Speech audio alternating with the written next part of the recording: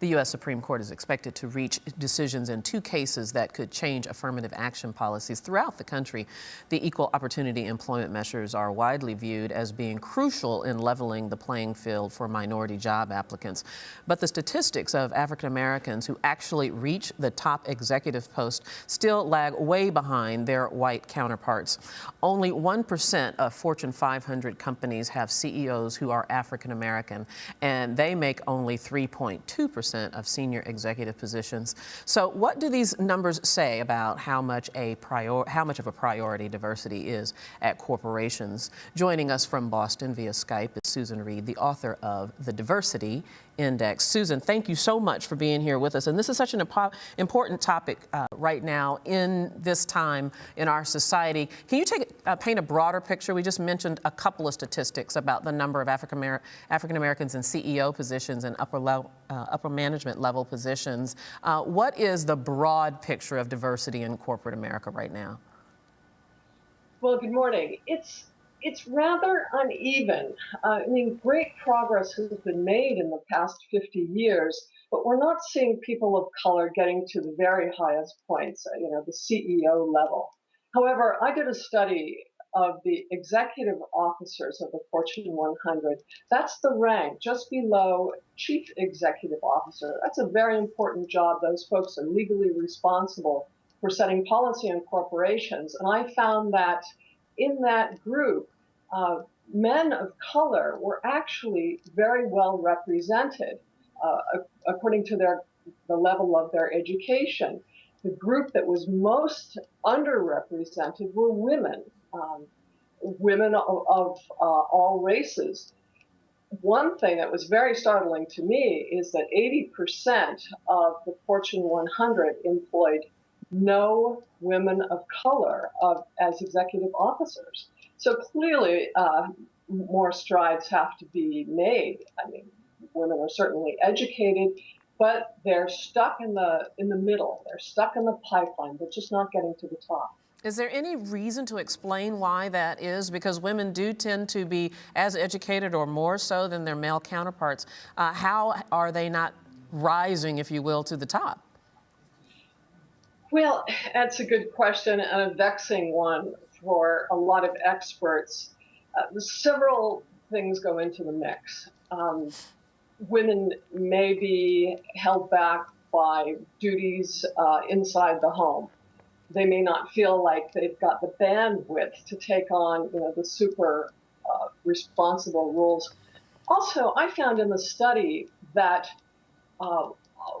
these women's groups within organizations called affinity groups, when there's just one for women, white women tend to dominate in the leadership. So they get rewards for being in these groups. And I think what needs to happen is that there needs to be multicultural groups, women's groups, in corporations, because they need to rise to exercise leadership and be rewarded as well. Susan, I'm just wondering if there is pretty good diversity, or at least people of color and representation in the executive and the top management levels. Does that trickle down into the workforce of the company? It does. Interestingly, when I'm able to see, a company's population, I see that they're very well represented. This tends to happen, though, among federal contractors. Now, those contractors, they have a financial incentive to practice diversity because the Labor Department is always watching them. On other companies that are not federal contractors, there's less of an incentive because no one is monitoring them. And other than increasing the diversity throughout the company, what difference does it make if a CEO is an African American, if you will, in terms of how decisions are made, how the company is run, their sensibilities?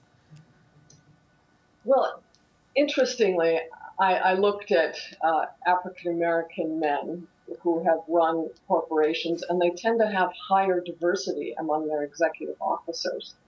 And that's interesting. It's a sign that they have an awareness of, needing to include people of all backgrounds. Also, if I were a company and I had a black CEO at the top, I would think that this would show that I'm modern, I'm forward thinking, I don't let biases get into my way. And I would think that it would appeal to a wide number of people, like, just like having a black president does. Sure, sure. Can this decline in the trend of diversity be explained away by the economy? I mean, to focus on the diversity at the very least takes an effort and probably takes money because you have to hire somebody to run that. Can we just blame it on the economy? Yes and no. The economy is a big factor, and during the contraction, a lot of jobs were lost. At GE, for instance, that has always had a high priority on diversity. They had they actually went from having a mixed race team in the executive office to having a white ceiling. So they had white women and white men. So they actually went down. We saw this in a couple of companies. Some companies also laid off their entire diversity teams to cut back. And when your diversity team is not an integrated part of how your whole company operates, that's a catastrophe. Yeah, that does create a problem. Of course, we're waiting on two different U.S. Supreme Court decisions that have to do with affirmative action, the most notable being that suit Fisher against the University of Texas. Can you draw a parallel or a connection between affirmative action on college campuses and universities and diversity in corporate America? I would say that diversity in corporate America is probably more advanced in the direction that the campuses are going to go now.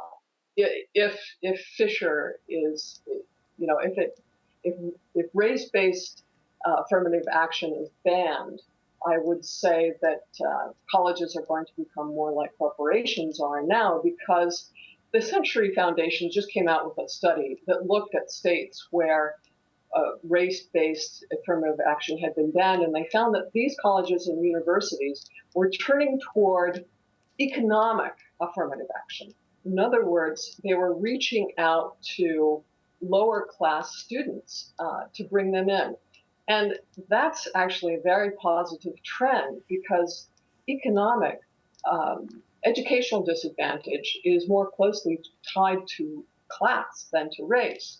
And so this may be a good move into the future. America may be becoming more of what the American dream was as a result of Fisher, if Fisher goes in that direction. Yeah, we will see. Susan Reed, author of the Diversity Index, thank you so much for your time.